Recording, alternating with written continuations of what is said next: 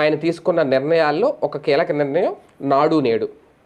అమ్మఒడితో పాటు బడికి విద్యార్థులందరూ రావాలి అంటే ఖచ్చితంగా వాళ్ళకి పనికి వెళ్ళకూడదు, అంటే వాళ్ళకి ఎంతని ఆర్థిక సాయం చేయాలి అని చెప్పి 15,000 రూపాయలు ఇచ్చారు ఒక్కొక్క స్టూడెంట్కి సంబంధించి వాళ్ళ తల్లి ఖాతాలో. అయితే ఇప్పుడు తర్వాత నాడు నేడు ద్వారా కూడా స్కూళ్ళ ఆధునికీకరణ, స్కూళ్ళల్లో కొన్ని సౌకర్యాలు కల్పించడం, మరుగుదొడ్ల దగ్గర నుంచి బెంచ్ల దగ్గర నుంచి స్కూళ్ళకు రంగులేయడం, ఇవన్నీ కూడా కంప్లీట్గా. అలాగే అందరికీ ట్యాబ్లు ఇచ్చారు విద్యార్థులందరికీ. అప్పుడు డిజిటల్ క్లాసులు ప్రారంభించారు, ఇంగ్లీష్ మీడియం విద్య.